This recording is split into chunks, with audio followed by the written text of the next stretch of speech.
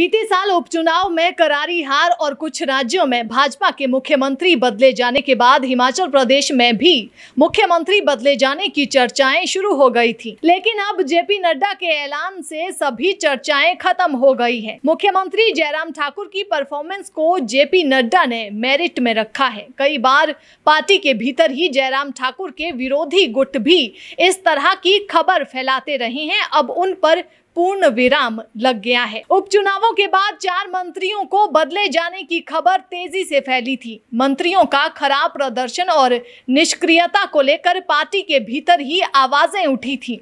हाल ही में मुख्यमंत्री जयराम ठाकुर ने भी इसके संकेत दिए थे और कहा था कि संभावनाएं हैं, लेकिन नड्डा ने साफ किया कि किसी भी मंत्री को नहीं बदला जाएगा। जेपी नड्डा के इस दौरे को काफी महत्वपूर्ण माना जा रहा है, क्योंकि हिमाचल नड्डा का गृह राज्य है और नड्डा चाहते हैं कि यहां से भाजपा और मजबूत हो। वहीं मुख्यमंत्री जयराम ठाकुर ने दावा किया है कि वे हिमाचल प्रदेश में हर हाल में सरकार रिपीट करवाएंगे। पार्टी के वरिष्ठ नेताओं और कार्यकर्ताओं के साथ मिलकर आगे बढ़ेंगे, संगठन के साथ मिलकर काम करेंगे। सरकार और संगठन दोनों के बेहतर तालमेल से आगे बढ़ा जाएगा। हिमाचल में विधानसभा चुनाव मुख्यमंत्री जयराम ठाकुर के नेतृत्व में लड़ने की बात भाजपा के राष्ट्रीय अध्यक्ष जगत प्रकाश नड्डा ने एक बार फिर कही है।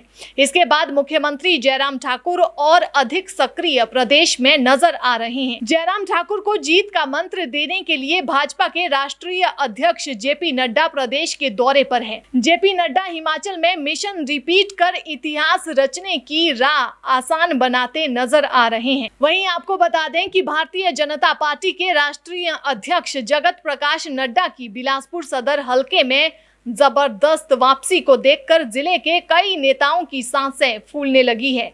10 साल पहले सदर हलके का मैदान छोड़ चुके जगत प्रकाश नड्डा बीते कल एक अलग रूप में नजर आए, जिससे सियासी गलियारों में एक बार फिर उनका नाम जोर शोर से गूंजने लगा है।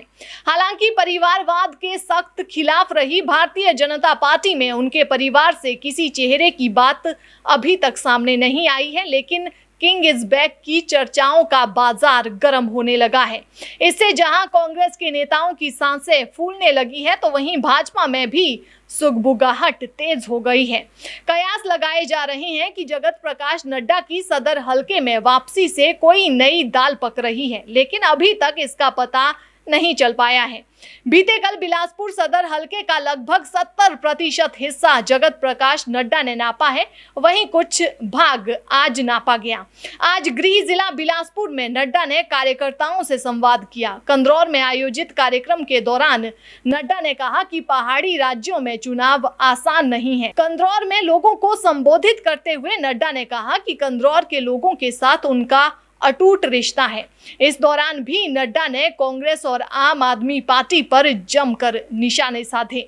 4 राज्यों में जीत के जोश से भरी भाजपा के लिए नड्डा का ये दौरा जहां हर मायनों में संजीवनी भरता नजर आ रहा है, वहीं दूसरी तरफ गुटबाजी के चंगुल में फंसी कांग्रेस के लिए ये एक चुनौती दिखाई दे रही है। जगत प्रकाश नड्डा बिलासपुर सदर हलके से 4 बार चुनाव लड़ चुके हैं। 3 बार चुनाव जीतकर वे प्रदेश में 2 बार कैबिनेट मंत्री रहे हैं।